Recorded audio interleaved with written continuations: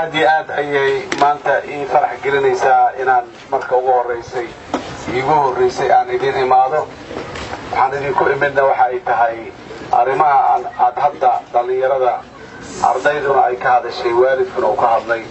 aanan hubo dadka oo dhanna inay ka wada hadlayaan, inaan idinla wadaago, idin dhagaysto, annaguna wixii aan ognahay iyo waxa aan rabno iyo waxa nala qurxoon inaan idin sheegno. marka dambana ilaahay idankiis sidii noo wada wanaagsan inaan yeelno. waxaan rabaa marka ugu horeysa maanta hortiina inaan ugu mahad celiyo dawladda Kenya iyo shacabka reer Kenya guud ahaantoodba muddadaas dheer dadka Soomaaliyeed dhibaatooyinka dalkii ay ku qabsadeen, joogi waayey, naftooda iyo la soo cararay, halkan yimiday, ku ammaan heleen, wanaagga aad hadda tilmaamaysaan iyo carruurtiinna aad ku haysataan, yani abaal weyn oo taariikhi ah oo runtii aan dalka Kenya aan aad iyo aad uga mahad celin doono. taariikhda Soomaaliyana qayb weyn ka ahaan doonta mustaqbalka iyo jiilasha soo socda waaye. marka horta waa fursad aan ku cabiro taas. marka taas waxaan rabaa in dhammaan idinkuna aad sidaas oo kale ila qaadaan fariintaas ah inaan u mahad celino dalka iyo dadka Kenya ee wanaagga. intaa kadib yani sida hadda adinku aad u hadasheen, halkan in nabad lagu helay, carruur noogu dhalatay, noogu kortay, wax ku baratay, dee meeshii intaas laga helaayo waaba dalkaagii, waxba kama duwana, waa dalkaagii oo kale. marka dalkan waa dalkeennii oo kale, sidaas ayaa annaguna abaal aan u wahayn doonaa, una ogaan doonaa dee la yidhaha. laakiin dee kulligeen waxaan isku wada raacsannahay duruufo ayaa halkan ini keenay. ma ahayn muxuu ahay dalxiisna umaynaan imaanin, dee xoololey soo naqraacday oo roob soo raacdayna maynaan ahayn, laakiin duruufo halkaan naga yimid. waxaa laga hadlayaa waxay tahay dalkii in loo noqdaay waa mid yani aan haddaan ma loo noqonayaa Soomaaliya mise loo noqon maayo su-aal ah kama jirto. Soomaaliya waa dalka keliya ee caalamka aad ku leedihiin adduunyada meesha ilaahay idinkaga asteeyey oo dalkiina waa kaa, sida ummad waliba ay dal u leedahay, dalkiina waa Soomaaliya. duruufihii shalay idinka keenay in badan oo kamida sidii waalidkii hadda hadli u hadlay weli way jiraan, laakiin alxamdulilah waan soo kabanaynaa, tartiib waan soo noqonaynaa. marka ilaahay idankiis maalin maalmaha ka mid ah annagoo aad u faraxsan oo u mahad celinayno muxuu ahaay dadkiina martigeliyey muddadaas dheer ee muxuu ahaay generationska ah, oo mahad celinayno waan noqon doonaa, dalka waa ku noqonaynaa. laakiin waxaan rabaa inaan idin xaqiijiyo muxuu ahaay qoorqabad iyo maxaanku idhahdaay hal mar ha la isdareeriyo iyo maxaanku idhahdaay meel cidlaha la isku daadiyo iyo ilmaha mustaqbalkooda halkan ku hagaagay meel mustaqbal lahayn ha la geeyo iyo meel lagu tashaday oo taas la isugu raacay marna ma jirin. dawladda Kenya iyo shacabka Kenya ee muddadaas 25 sano iyo ka badan ah martigelintaas iyo dulqaadkaas iyo qiimahaas badan ku bixiyeyna maanta ayaguna sidooda diyaar u maaha in ay si macno la'aana ama si maxaanku idhahdaay gabagabadii muxuu ahay khayrul umuuri khawaatimaha Soomaaliya khaatumadii in ay si xun ku dhamaato ayaguna sidooda raalli kama aha. mas-uuliyad yani dalalkan Afrika markaan nahayna waa iswada garanaynaa, dalka yani dalalka ugu mas-uulsan Afrika oo ugu dimuqraadisan oo ugu ilaalin og waaye muxuu ahay dawladnimada iyo nidaamka iyo shuruucda caalamiga ah. marka horta meel ay ka suurowdo hal subax dadkan albaabada loo xiray halla ma aha, laakiin waxaan ka hadlaynaa waxay tahay keliya qaabkii muxuu ahay noqoshada. inaa intaan noqotaan xeradan adeega aad ku haysataan mid caafimaad leh, mid waxbarasho leh, mid amni leh, inaad weydaanna macnaheedu waxay ka dhigmaysaa haddana inaad soo noqotid, intuu soo noqotid annaguna taas raalli kama noqon doono, kamanahin dawladda Kenyana raalli kama noqonayso. marka waxaan samaynaynaa ilaahay idankiis qaab dawladda Kenya, dawladda Soomaaliya iyo maxaan ku jamciyadda qurumaha ka dhaxaysa si wada jira uga shaqeeyaan in dalkii lagu noqdo si nidaamsan oo aan muxuu ahay fawdo iyo kala roor aan ahayn loogu noqdo adeegyada inta ku haysataan kuwa u dhigma ama ka daba dhow in maxaan ku yiraahdaa meesha aad tagaysaan laga helo oo amniga leh oo caafimaadka leh oo tacliinta carruurta leh hadii la yiraahdo marka walaalahay waxaan rabaa inaan idin sheego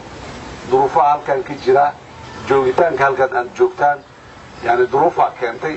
duruuftiina ilaahay hadda waa noogu soo gargaaraya mas'aladan horta loo xitaa dalka Soomaaliya la yiraahdo idinku xaaladii aad uga soo tagteen dibka badnaa in laga keeno oo dal degan oo midkaan aad timideen oo kala ah inay noqotaan la raba Soomaaliya mas'aladan haysata marka waxay tahay idinku ma dalkiiba inta la dejiyo oo nabadoobo oo wax walba helo ayaad u soo noqonaysaan asigoo nabad ah mise idinka wax ka nabadaynayo oo maxaa ku aray dalkii wax ka dejinayo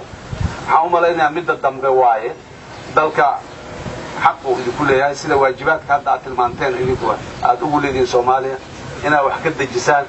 joogitaankiina iyo ku noqoshadiina Soomaaliya iyo ka dhex muuqashadiina ayaa muxuu ahay waxay ka mid tahay deganaanshiyaha Soomaaliya ka mid tahay joogitaankiina iyo ku noqoshadiina Soomaaliya waxay u tahay magac iyo muuqaal iyo haybad mar walba waxa la yiraahdaa qofka isu haysatid adiga maahid laakiin qofka dadku ku haystaana tahay Soomaaliya si kastoo maanta annaga waa u dhahano waa nabad waa degan tahay waa barwaaqo haddana inay degan tahay Soomaaliya ay nabad tahay waxa ka mid ah calaamooyinka lagu garanayo noqoshadiina ka mid ah la yiraahdo marka ilaahay idankiis Soomaaliya qiimo badan oo ugu fadhisaa noqoshadiina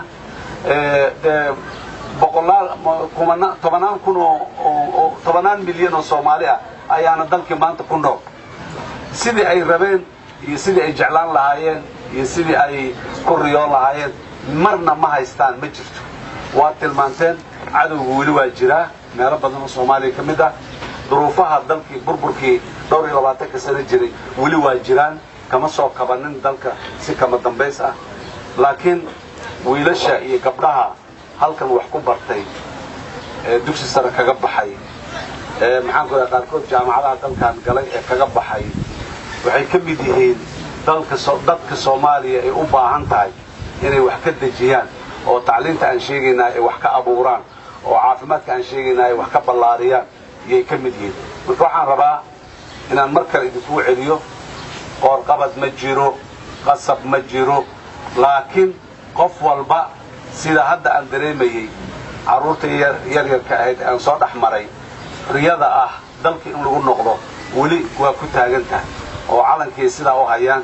oo maxaan ku raahdaa heesihii Soomaalida aniga iyo kuwa iga sii waaweyn aan waagan ardada yaryar aan ku heesi jirnay ku heesayaan marka Soomaaliya intaad ku haydaa waabad haydaane inaad on meeshii Soomaaliya ay ahayd ay lahayd aad geydaan baa la idinka rabaa laakiin